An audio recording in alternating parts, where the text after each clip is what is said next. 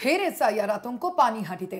1990 সাল থেকে ভোট দিলেও নাম না থাকার অভিযোগ। 2002 এর ভোটার তালিকায় নাম নেই পানিহাটির আগরপাড়ার বাসিন্দা স্বপন কুমারদের। ফের এসআইআর আতঙ্ক পানিহাটিতে। যে অভিযোগ সামনে আসছে, 2002 এর ভোটার তালিকায় নাম নেই পানিহাটির আগরপাড়ার বাসিন্দা স্বপন কুমারদের। আরো বিস্তারিত জানবো, জয়ন্ত রয়েছেন প্রতিনিধি ফোন লাইনে। জয়ন্ত, ঠিক কি অভিযোগ করা হচ্ছে স্বপনদের তরফ থেকে? দেখো, যে ঘটনা ইতিমধ্যে আগরপাড়ার ঘটেছে এবং তারপরে কিন্তু জল আরো ঘোলা হয়েছে।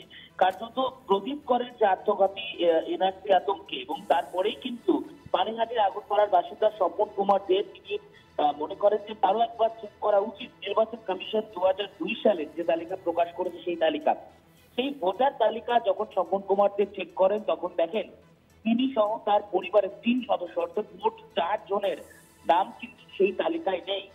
তারপরেই তিনি কিন্তু ভীত এবং আতঙ্কিত হয়ে পড়েন, এবং তারপরে তিনি নিরুপায় হয়ে কোন উপায়ান্তর খুঁজে না পেয়ে পানিহাটির কাউন্সিলর বিশ্বনাথ দে শরণাপন্ন হন, তার সঙ্গে যোগাযোগ করেন।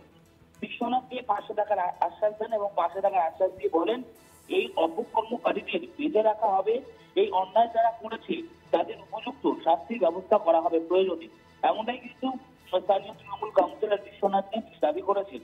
এবং তার পাশাপাশি এই মুহূর্তে যা পরিস্থিতি রয়েছে, পরিবার সহ সেই ব্যক্তি অর্থাৎ স্বপন কুমার দে পানিহাটি আগরপাড়ার বাসিন্দা তিনি কিন্তু যথেষ্টই ভীত এবং আতঙ্কের মধ্যে রয়েছেন। ধন্যবাদ তোমায় জয়ন্ত।